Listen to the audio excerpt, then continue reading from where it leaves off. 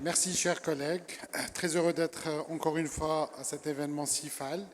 Donc, j'aurai le plaisir de présenter au nom du Centre de recherche en sciences pharmaceutiques une communication concernant une thématique qui a été choisie justement lors de cette édition du CIFAL, qui est la prise en charge du cancer, en parlant plus précisément des études, bien sûr pas de manière exhaustive, c'est quelques concepts liés aux études pharmacoéconomiques appliquées dans le domaine de la prise en charge du cancer.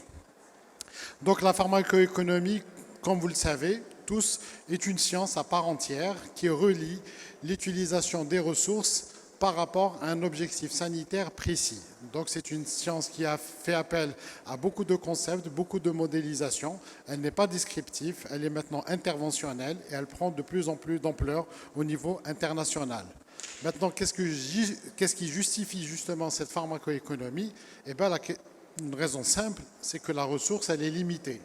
Si jamais on évoluait dans un système de santé où les ressources étaient illimitées, la question pharmacoéconomique ne se poserait pas. On choisirait d'emblée les options économiques, pharmacologiques ou thérapeutiques qui peuvent paraître les plus efficaces, quel que soit leur coût, et on les appliquera. Malheureusement, dans un environnement où la ressource elle est limitée, on doit faire des choix, des arbitrages.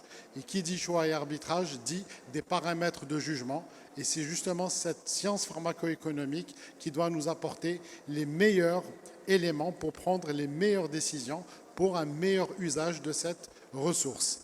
Bien sûr, l'usage de cette ressource ne vise pas un usage qualitatif seulement. Avant tout, le but est quantitatif, c'est-à-dire une ressource mieux utilisée permettra de traiter le plus grand nombre. Et donc, ce n'est pas une question qui se pose pour un patient donné, mais toujours en termes de population.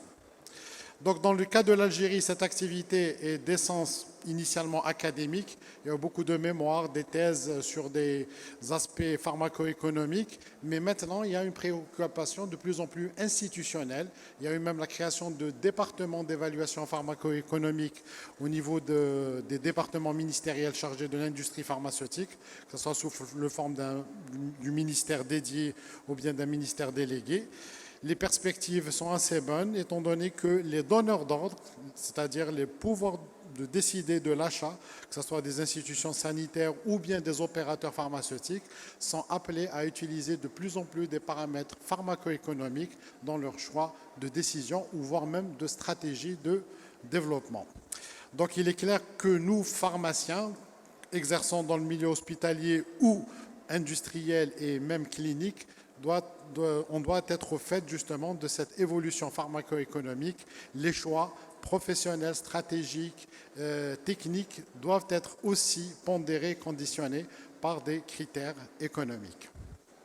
Donc les outils dont on dispose lorsqu'on a une approche pharmacoéconomique sont nombreux, on va essayer de les voir. Les plus faciles et qui sont directement mis en œuvre actuellement en Algérie, c'est les études de coût. C'est-à-dire on prend l'exemple d'une démarche, qu'elle soit thérapeutique, diagnostique ou voire même préventive, et on essaie de quantifier les coûts. Bien sûr, il est plus facile de quantifier les coûts directs que indirects. Donc c'est une étude éminemment descriptive, elle peut donner des éléments intéressants, mais l'utilisation factuelle et concrète de ce type d'étude est un peu problématique, on parlera de ça ultérieurement. Parce qu'en réalité, l'alternative idéale, ce sera les études comparatives. C'est-à-dire, ce n'est plus de la description, mais surtout une analyse pour prouver un meilleur rapport efficacité-coût ou bien utilité-coût d'une démarche par rapport à une autre. C'est de cela que le décideur a besoin et non pas d'une simple description. Maintenant, si on a suffisamment de données, on peut faire ce qu'on appelle des modélisations. Donc, ça sera une représentation mathématique qui permet de prévoir l'évolution d'une situation thérapeutique et de ses conséquences économiques à courte, voire même à moyenne durée. Généralement, des modélisations sur 5 ans sont tout à fait utiles dans la politique sanitaire et pharmaceutique d'un pays. Mais, quelle que soit l'étude ou l'approche qu'on doit choisir, l'important, c'est de disposer de bons paramètres pharmacoéconomiques. Maintenant, si je devais appliquer ce que je viens de dire dans le cas qui nous intéresse aujourd'hui, le cancer ou la prise en charge du cancer, la relation, elle est amplement justifiée, étant donné que la pathologie cancéreuse, à cause de ses caractéristiques, bien sûr, sanitaires et épidémiologiques, et surtout le coût individuel du traitement et le coût global de la prise en charge du cancer et surtout des conséquences du cancer sur une société sont très très importants. Donc les coûts du cancer sont non seulement des coûts directs, mais sont aussi des coûts indirects qu'on doit prendre en compte dans notre démarche pharmaco-économique.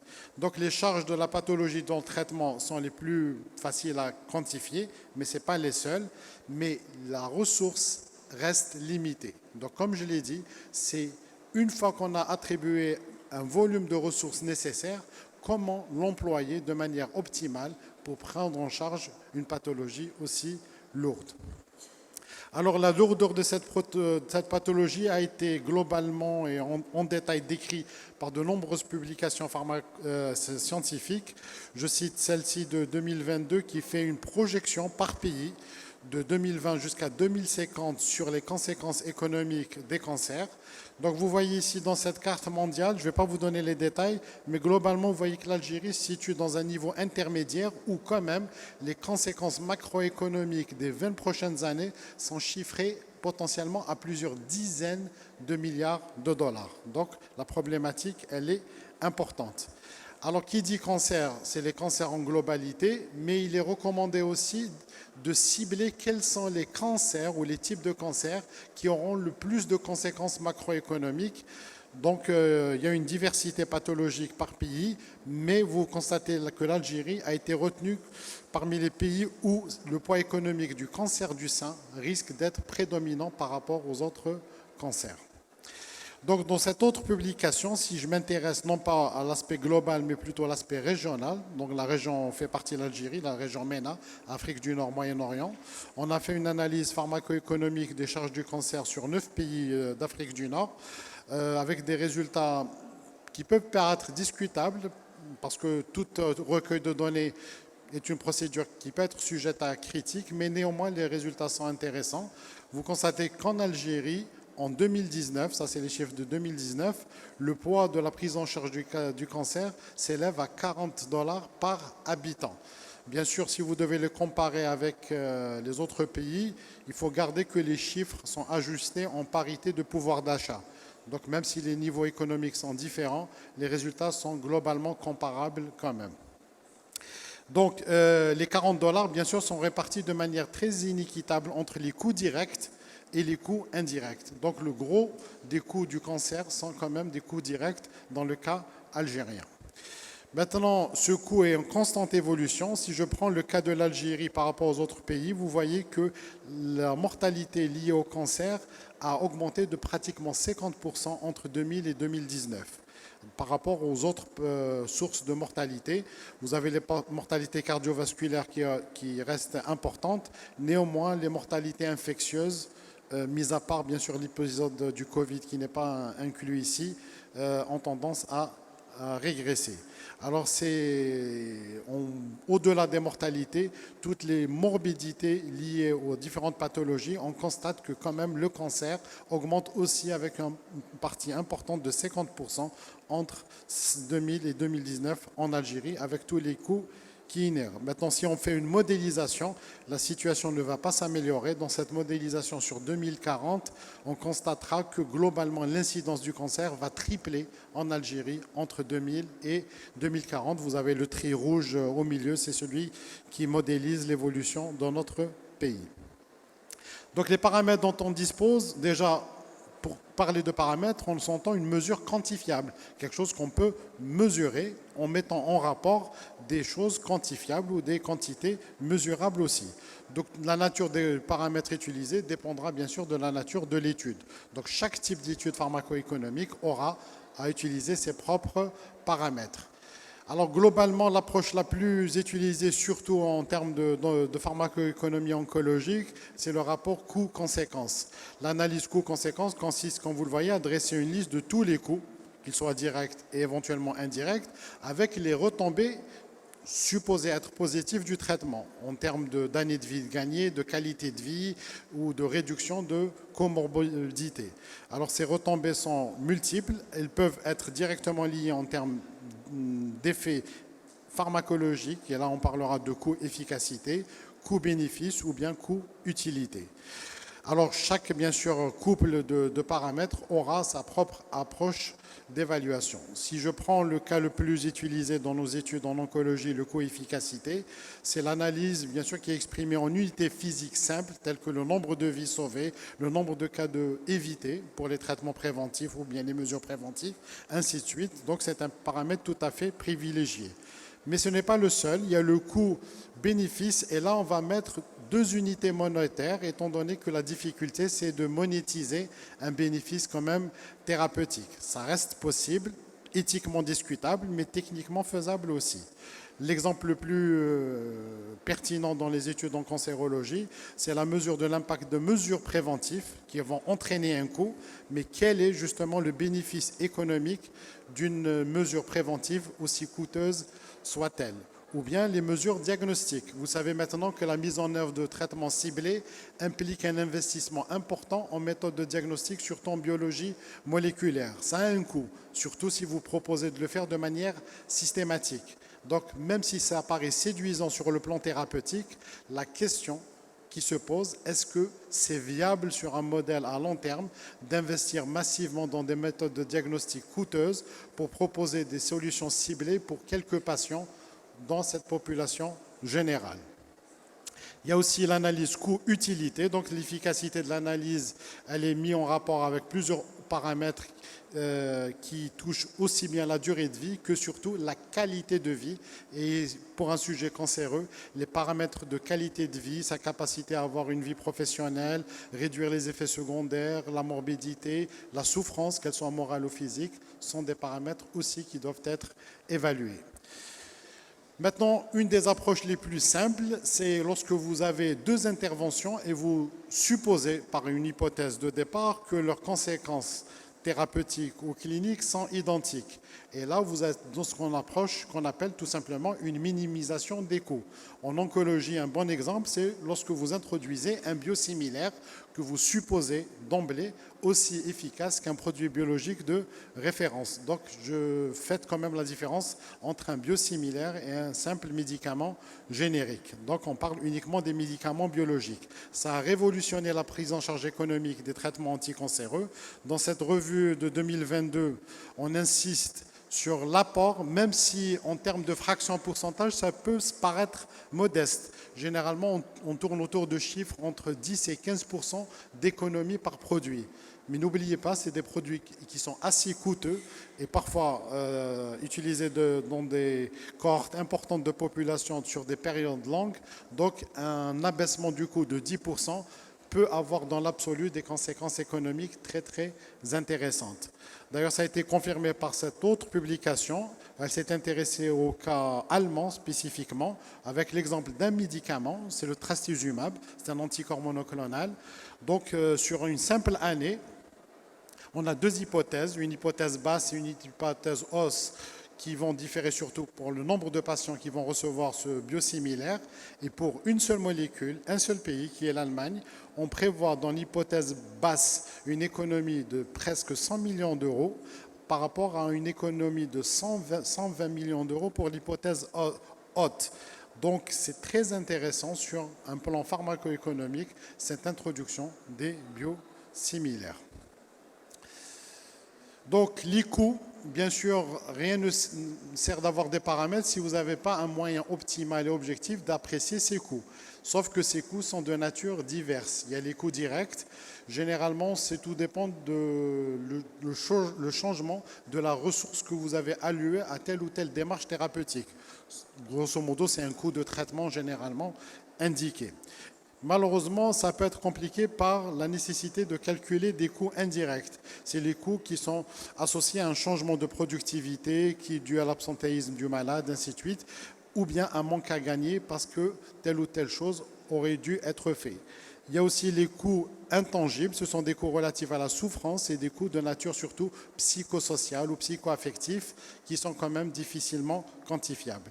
Donc si vous faites le parallèle entre les différents types de coûts et les différents types de bénéfices, vous aurez des quantités ou des entités que vous pouvez mettre en rapport les unes par rapport aux autres, ou bien sous forme de soustraction ou bien de fraction qui vous permettent de donner des états ou des coefficients qui représentent l'intérêt et le coût attendu ou provoqué par telle ou telle démarche. Mais néanmoins, notre approche n'est pas descriptive, elle est surtout comparative. Si vous n'avez pas au moins deux possibilités, ça ne sert à rien d'avoir une étude pharmacologique digne de ce nom.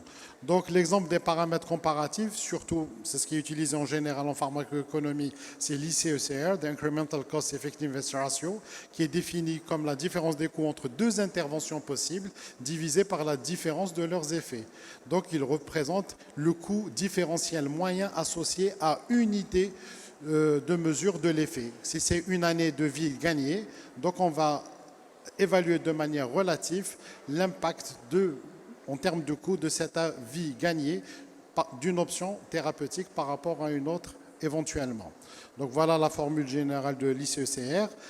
Ce n'est pas toujours pertinent de le calculer. Comme vous le voyez, ça a été souligné par ces auteurs. Si vous avez une option qui s'éloigne de manière évidente, soit en termes d'efficacité ou bien en termes de coût par rapport à une autre, inutile de calculer l'ICCR. Vous choisissez d'emblée l'option la plus intéressante. Maintenant, dans une étude en oncologie, souvent on utilise le QALY. Donc c'est un ajustement. C'est en année de vie ajustée en fonction de la qualité de vie gagnée. C'est un sujet à controverse parce qu'il est toujours problématique sur le plan éthique de monétiser des années de vie. On dit toujours que la santé n'a pas de prix, ce qui est vrai, mais malheureusement elle a un coût et la manière de l'estimer doit se faire de manière pertinente, mais doit se faire aussi de manière éthique. Cette complexité de l'évaluation pharmacoéconomique en oncologie, elle est encore plus complexe étant donné que les traitements généralement ne se font pas avec une seule ligne. Ce n'est pas une comparaison d'un seul traitement et puis est-ce que ça va donner un résultat, quel résultat? C'est parfois un modèle multicouche. On doit utiliser ce qu'on appelle une modélisation de Markov. Vous avez un traitement de première ligne. Lorsqu'il ne marche pas, on passe à la deuxième ligne, mais pour une fraction des sujets. Malheureusement, certains sujets décèdent, certains nécessitent un suivi post-chimio, d'autres des soins palliatifs avant leur décès. Et tout cela doit être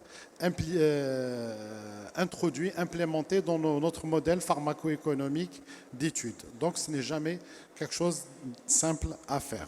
Donc en termes de perspective, l'implémentation en milieu hospitalier de ce type d'études, étant donné que c'est vrai qu'il y a une partie de la prise en charge, j'espère de plus en plus se fera en officine, mais le gros des produits de la prise en charge va relever bien sûr de la prise en charge hospitalière et donc on doit implémenter ces études pharmacoéconomiques en milieu hospitalier pour faire justement remonter aux décideurs, c'est-à-dire ceux qui vont avoir la décision d'établir des stratégies ou tout simplement des décisions d'achat d'un produit ou d'un autre, ou la mise en œuvre d'un protocole plutôt qu'un autre, pour qu'ils puissent juger de manière efficiente et pertinente des choix. Donc la mise à disposition de ces informations est un défi majeur à relever. Maintenant, l'étude, il y a des aspects éthiques. C'est une publication que j'ai trouvée intéressante. Il s'avère que dans cette review américaine sur les études pharmacoéconomiques sur 5 ans, il y a 40 fois plus de chances d'avoir un résultat pharmacoéconomique positif lorsque le commanditaire de l'étude est un laboratoire pharmaceutique.